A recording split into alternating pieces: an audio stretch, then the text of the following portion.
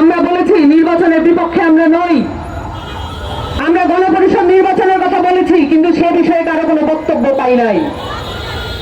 আমরা বলেছি গণপরিষদ নির্বাচন একমাত্র যৌক্তিক নির্বাচন এই বাংলাদেশে, কারণ 3 আগস্ট এবং 5 আগস্ট বাংলাদেশের মানুষ জানিয়ে দিয়েছিল সংবিধান বাতিল, এই সংবিধান আর কার্যকর নয়।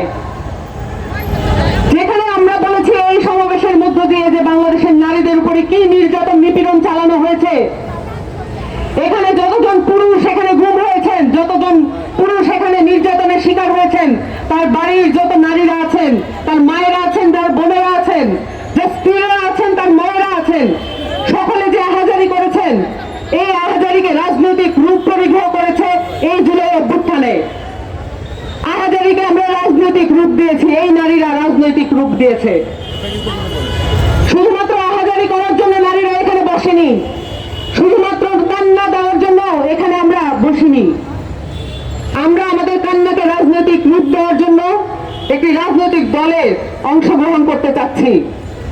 এখানে সকল শ্রেণী পেশার যারা নারীরা উপস্থিত আছেন, সকলকে মাঠ দখল রাখার আহ্বান জানাচ্ছি এবং নতুন যে রাজনৈতিক জনগোষ্ঠী গড়ে উঠবে, সকলের মধ্যে সে রাজনৈতিক উত্তরণ ঘটেছে অভ্যুত্থানের মধ্য দিয়ে, আমাদের শুধু সেটা মনে রাখতে হবে। আমরা যারা নারীরা আছি এখানে, আমাদের উপর দায় ও দায়িত্ব আছে। আমাদের পুরুষেরা যদি কোনো ভুলও করে, সেটাও শুধরে নেওয়ার দায় ও দায়িত্ব আমাদের ঘাড়ে অর্পিত হয়েছে। এই অভ্যুত্থানের মধ্যে আমরা যেটা দেখেছি, সকল নারী পুরুষ নির্বিশেষে সকলের যে অংশগ্রহণ, সেই অংশগ্রহণকে বিভাজিত করার একটা হীন প্রচেষ্টা করা হচ্ছে। আবার নারীদেরকে শেমিং করা হচ্ছে, বুলিং করা হচ্ছে এবং তাদেরকে পলিটিক্যাল স্ফিয়ার থেকে সরিয়ে দেওয়ার চেষ্টা করা হচ্ছে। কিন্তু আমরা মাঠ ছাড়বো না, আমরা যে সিদ্ধান্ত গ্রহণের টেবিল ছাড়বো না। আমাদের জায়গা রিক্লেম করেছি এবং আমরা থাকবো। শেখ হাসিনার বিচার করতে হবে, আওয়ামী লীগকে নিষিদ্ধ করতে হবে বিচারিক প্রক্রিয়ায়। এই আয়োজন সম্পন্ন করে আমরা মাঠ থেকে যাব এবং সামনের যে রাজনৈতিক দল গঠন হবে, সেই রাজনৈতিক দলে নারীদের অংশগ্রহণ উল্লেখযোগ্য মাত্রায় দেখতে পাবো আমরা। আপনাদের সকলকে মাঠে থাকার আহ্বান জানাচ্ছি। এই ধরনের পলিটিক্যাল প্রোগ্রামে, রাজনৈতিক প্রোগ্রামে আপনাদের বয়ান আপনারা উপস্থাপন করবেন নারীদের পক্ষ থেকে, এই আশাবাদ ব্যক্ত করে আমার বক্তব্য এখানেই শেষ করছি। সকলকে ধন্যবাদ। বাংলাদেশের সকল শ্রেণী পেশার মানুষের সমান অংশগ্রহণ ছিল।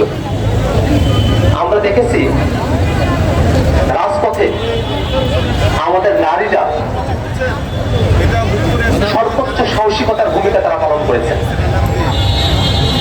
আমরা নারীর যে সেবাময়ী রূপ দেখি, গোটা আন্দোলনের সময়টাতে আমরা নারীর যখন সেবাময়ী রূপটা দেখেছি, আমরা দেখেছি যে তারা খাবার রান্না করে নিয়ে এসেছেন আমাদের মায়েরা। আমাদের কোনো ভাই তার মাথায় যখন আঘাত করেছে, মাথা থেকে রক্ত ঝরছে, সেই সময় আমাদের কোনো বোন তার কাপড়ের অতিরিক্ত অংশ দিয়ে সে কপাল বেঁধে দেওয়ার চেষ্টা করেছেন। এই সেবাময়ী যে রূপ আমরা আন্দোলনের সময় দেখেছি, তার পাশাপাশি নারীর একটি বিদ্রোহী, বিপ্লবী একটা চরিত্র আমরা এই আন্দোলনের সময় দেখেছি। এই আন্দোলন সফল হওয়ার পিছনে যতগুলো অনুঘটক কাজ করেছে, তার মধ্যে সব থেকে বড় অনুঘটক বাংলাদেশের নারীরা এই আন্দোলনের আত্মপান্ত তারা অংশগ্রহণ করেছিলেন এবং তারা জোর কণ্ঠে বলেছিলেন এক দফার কথা, হাসিনা শাহীর জুলুমবাজের বিরুদ্ধে, ফেসিবাদের বিরুদ্ধে তারা তাদের কণ্ঠস্বর উঁচু করেছিলেন। আমরা আজকের এই সমাবেশে আমাদের বোনেদের কথা শুনেছি, তারা সকলে আজকে এখানে একত্রিত হয়েছেন। বাংলাদেশে জুলাই আগস্টে যে হত্যাযজ্ঞ চালানো হয়েছে, জাতিসংঘের রিপোর্টে ইতিমধ্যে এটাকে মানবতা বিরোধী অপরাধ হিসেবে আখ্যায়িত করা হয়েছে। যে বর্বরতম মানবতা বিরোধী অপরাধ জুলাই আগস্টে বাংলাদেশে সংঘটিত হয়েছে, তার সঙ্গে সরাসরি সম্পৃক্ত শেখ হাসিনা এবং তার দল আওয়ামী লীগ, তার তার বিচারের দাবিতে আজকে আমাদের বোনেরা এখানে একত্রিত হয়েছেন। আমরা আমাদের এই বোনের দাবির সঙ্গে দীর্ঘ সময় ধরে একাত্ম এবং আজকের অনুষ্ঠানেও আজকের সমাবেশে আমরা তাদের দাবির সঙ্গে সংহতি প্রকাশ করতে চাই। বাংলাদেশে জুলাই আগস্টে যারা মানবতা বিরোধী অপরাধ চাপিয়েছে, হত্যাযজ্ঞ করেছে, তাদেরকে যদি সঠিকভাবে বিচারের আওতায় না নিয়ে আসা যায়, এই বাংলাদেশের কোন মানুষের, না নারী না পুরুষ, কোন অংশেরই নিরাপত্তা নিশ্চিত করা সম্ভব নয়। বাংলাদেশের বিচার ব্যবস্থাকে একটি উজ্জ্বলতম ন্যায় বিচারের ক্ষেত্র হিসেবে প্রতিষ্ঠা করবার যে সংগ্রাম, যদি আওয়ামী লীগের বিচার না হয়, শেখ হাসিনার বিচার যদি না হয়, তাহলে জুডিশিয়ারিকে, বাংলাদেশের বিচার ব্যবস্থাকে যে নিরপেক্ষ এবং ন্যায় বিচারের কাণ্ডারি হিসেবে আমরা দেখতে চাই, তা করা সম্ভব নয়। অতএব বাংলাদেশের মানুষের নিরাপত্তা নিশ্চিত করতে হলে জুলাই আগস্টে যারা শহীদ হয়েছেন তাদের ন্যায় বিচার প্রাপ্তি নিশ্চিত করতে হলে বাংলাদেশে যাতে ভবিষ্যতে আর কোনো ফেসিবাদ মাথাচাড়া দিয়ে উঠতে না পারে, হাসিনার মতো কোনো ফেসিস্ট জন্ম নিতে না পারে, সেরকম উদাহরণ তৈরি করতে হলে অবশ্যই অবশ্যই বাংলাদেশে আওয়ামী লীগের রাজনীতিকে নিষিদ্ধ ঘোষণা করতে হবে। এবং একই সাথে আমরা একটা জিনিস খুবই গুরুতরভাবে খেয়াল করছি, বাংলাদেশের দীর্ঘ সময় ধরে যারা ফেসিবাদ কায়েম করে রেখেছিল, যারা এখানে খুনের হুমকিদাতা, যারা এখানে খুন সংগঠন করে গেছে, সেই খুনি হাসিনাকে ভারত আশ্রয় দিয়ে রেখেছে। শুধুমাত্র তাই নয়, ওই ভারতে বসেই বিভিন্ন সময়ে নানাবিধ উস্কানিমূলক বক্তব্য হাসিনা প্রদান করছে। আমরা বাংলাদেশ সরকারের কাছে আহ্বান জানাবো, ভারত সরকারের সঙ্গে কথা বলে প্রয়োজনে আন্তর্জাতিক পর্যায়ে চাপ প্রয়োগ করে আন্তর্জাতিক পরিমণ্ডলে বাংলাদেশের পরিস্থিতিকে ব্যাখ্যা করে আন্তর্জাতিক ফোরামগুলোকে অ্যাক্টিভেট করে শেখ হাসিনাকে দেশে ফিরিয়ে নিয়ে এসে তাকে বিচারের মুখোমুখি দাঁড় করাতে হবে। আমরা আজকের এই নারী সমাবেশে আমাদের বোনেদের যে আকাঙ্ক্ষা, নিরাপদ এক বাংলাদেশ, এই বাংলাদেশে শেখ হাসিনার বিচার, আওয়ামী লীগের বিচার, তা যেন আমরা নিশ্চিতভাবে দেখতে পারি, সে আশাবাদ ব্যক্ত করে আমি আমার বক্তব্য এখানে শেষ করছি। ধন্যবাদ সকলকে। আক্তার হোসেনকে অসংখ্য ধন্যবাদ তার জ্বালাময় বক্তব্যের জন্য। এ পর্যায়ে আমন্ত্রণ জানাচ্ছি জাতীয় নাগরিক কমিটির আহ্বায়ক নাসিরউদ্দিন পাটোয়ারি ভাইকে। এই শেখ হাসিনা এবং আওয়ামী লীগের বিচারের দাবিতে জুলাইয়ের নারীরা যে আয়োজন করেছে, সেই আয়োজনে নাসিরউদ্দিন পাটোয়ারি অভ্যুত্থান পরবর্তী সময়ে বাংলাদেশের নাগরিকদেরকে একত্রিত করে অভ্যুত্থানের আকাঙ্ক্ষাকে বাঁচিয়ে রাখার জন্য জাতীয় নাগরিক কমিটির আহ্বায়ক হিসেবে কাজ করছে। ভাইকে আমন্ত্রণ জানাচ্ছি।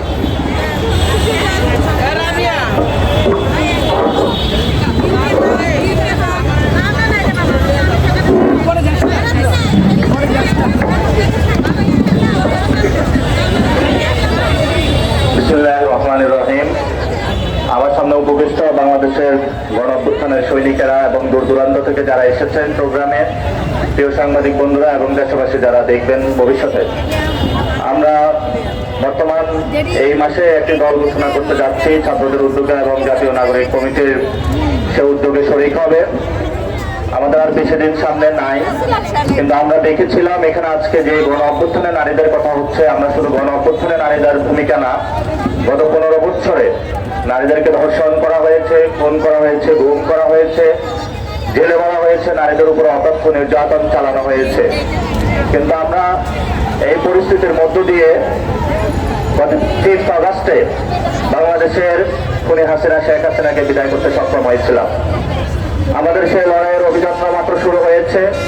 আমরা যে সুন্দর একটি বাংলাদেশ দেখতে চাই, সেখানে বর্তমানে যে নারীদের বড় একটি অংশগ্রহণ রয়েছে, সে রাষ্ট্র ব্যবস্থায় ভবিষ্যতে নারীদের কেমন ব্যবস্থা হবে, নারীদের জীবনযাত্রার মান কেমন হবে, সেই বিষয়গুলো আমরা অতি সূক্ষ্মভাবে আমাদের দলীয় যে দলটা আসবে, দলীয় এজেন্ডাতে আমরা নিয়ে আসবো ইনশাল্লাহ।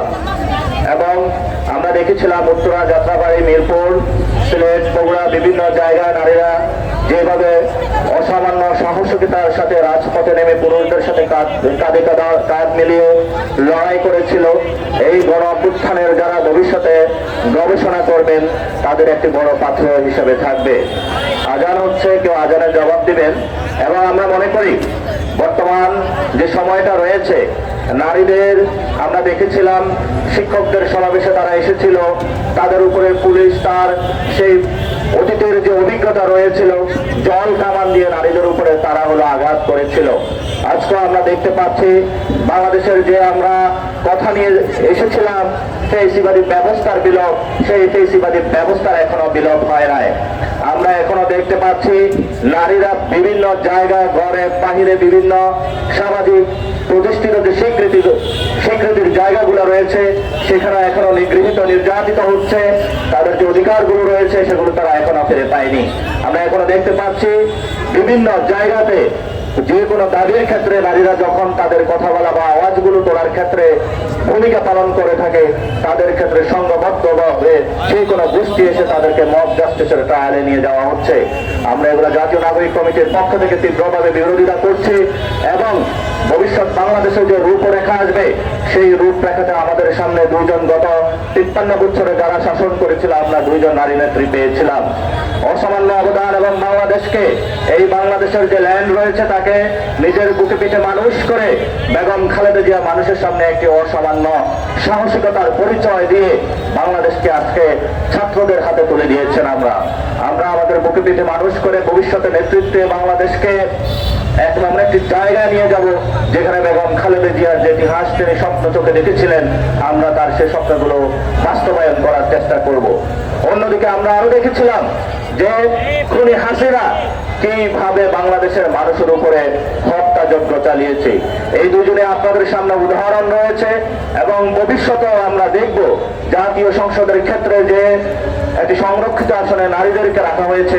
আমরা জাতীয় নাগরিক কমিটি বা ভবিষ্যতে যে দল আসতেছে সেখানে আমরা বলতে চাই নারীদেরকে শুধু পার্টিসিপেশনের জায়গায় না, আমরা তাদেরকে ডিসিশন মেকিং এর জায়গায় চাই। কারণ নারীরা যদি ডিসিশন মেকিং এর না থাকে তাহলে আমাদের যে ভবিষ্যৎ অনাগত সন্তান রয়েছে তারা পুষ্টিহীনতায় ভুগবে। কারণ নারীরা এখনো জানে যে ভবিষ্যতের মানুষকে কোলে পিঠে কিভাবে মানুষ করতে হয়, তাদের কাছে সেই শিক্ষা রয়েছে। আমরা বর্তমানে দেখতে পাচ্ছি আমাদের মায়েরা যখন ছোটবেলায় ছিলাম গ্রামের বাহিরে ঘরের বাহিরে বের হয়ে শাক বেচে তারা এসে আমাদেরকে রান্না করে খাওয়াইতো, কিন্তু সেই শাকগুলো যে নারীরা আজকে বাংলাদেশের শাক সবজি এগুলো তাদের চোখ থেকে হারিয়ে ফেলা হয়েছিল। কারা করেছিল? আমরা দেখতে পাচ্ছি বিদেশি যে শাসক গোষ্ঠী রয়েছে আমাদের পার্শ্ববর্তী রাষ্ট্র, তারা আমাদের বীজের উৎপাদন দিয়ে এমন একটি জায়গায় নিয়ে গিয়েছে নারীদেরকে কৃষি বিভিন্ন জায়গা থেকে সরিয়ে ব্যবস্থা করে এমন একটি উৎপাদনশীল সমাজে তারা আমাদেরকে ফেলে দিয়েছে যেখানে নারীদেরকে আধারিং করা হয়েছে। আমরা সেই সকল ফরেন ইন্টারভেনশনের জায়গা থেকে তীব্র বিরোধিতা করি এবং যারা বিভিন্ন এইডের নামে বাংলাদেশে নারীদেরকে তাদের যে প্রাকৃতিক জায়গা থেকে কাজ করার জায়গায় সেগুলো থেকে তাদের বিচ্ছিন্ন করার চেষ্টা চালানো হয়েছিল, আমরা ভবিষ্যৎ রাজনীতিতে সেগুলোর তীব্র বিরোধিতা করব। যারা গণ অভ্যুত্থানে নারীরা এসেছিলেন এখনো আসবেন, আপনারা ভবিষ্যতে আপনাদের সন্তানদেরকে পাবেন, ভাইদেরকে পাবেন এবং আপনাদের স্বামীদেরকে যারা আছেন সবাই একসাথে ঐক্যবদ্ধভাবে বাংলাদেশের একটি সোসাইটি আকারে আমরা ভবিষ্যতে কাজ করব। কারণ আমাদের সামনে তীব্র লড়াই বাকি রয়ে গেছে। এই সামনের যে ইলেকশন আসতেছে সেখানে আমরা বলতেছি যে ইলেকশন যেমন হবে তেমনি আমাদের একটি নতুন সংবিধান প্রয়োজন। এই নতুন সংবিধানে নারীরা তাদের নতুন যে হিস্সা রয়েছে সেটা বুঝে নিতে হবে এবং গণপরিষদে নারীদের অংশগ্রহণের মাধ্যমে বাংলাদেশের ভবিষ্যতে কোন নারীকে যাতে আধারিং ফিল করাতে না পারে সেই জন্য গণপরিষদে নারীদের যথেষ্ট স্কোপ ক্রিয়েট করে নতুন একটি সংবিধান প্রণয়ন করতে হবে। আমরা আশা করছি লোকাল গভর্নমেন্টের সামনে যে ইলেকশন আসতেছে সেই ইলেকশনের মধ্যে নারী প্রতিনিধিদেরকে অনেক বেশি কানেক্টেড করতে হবে। কারণ মায়েদের যে আদর রয়েছে সেই আদরের মধ্য দিয়ে ভালোবাসা দিয়ে আমরা বড় হই। লোকাল গভর্নমেন্টে সুস্থভাবে তারা বিভিন্ন জায়গায় মানুষের কথাগুলো শুনে বাংলাদেশকে একটি নতুন জায়গায় নিয়ে যেতে পারবে বলে আমরা আশা করি। সর্বশেষ যেটা বলবো, আমরা শুধু নারীদের পার্টিসিপেশন চাই না, আমরা নারীদেরকে ডিসিশন মেকিং এ চাই, আমরা নারীদেরকে গণপরিষদে চাই, আমরা নারীদের পার্লামেন্টে চাই। কোনো সংরক্ষিত আসেন না, জনগণের ভোটে নির্বাচিত নারীদেরকে সংসদে চায় আরো বেশি করে সেই জায়গাটা সাফল্য কামনা মণ্ডিত করে এবং ভবিষ্যতের লড়াই সংগ্রামের আবেদন জানিয়ে আজকে আমি আমার এই কথা শেষ করছি এবং ভবিষ্যতে রাজপথে দেখা হবে, নারীদের লড়াই চলবে, নারীরাই জয়ী হবে, দেখা হবে রাজপথে। ধন্যবাদ সকলকে। ধন্যবাদ জানাচ্ছি।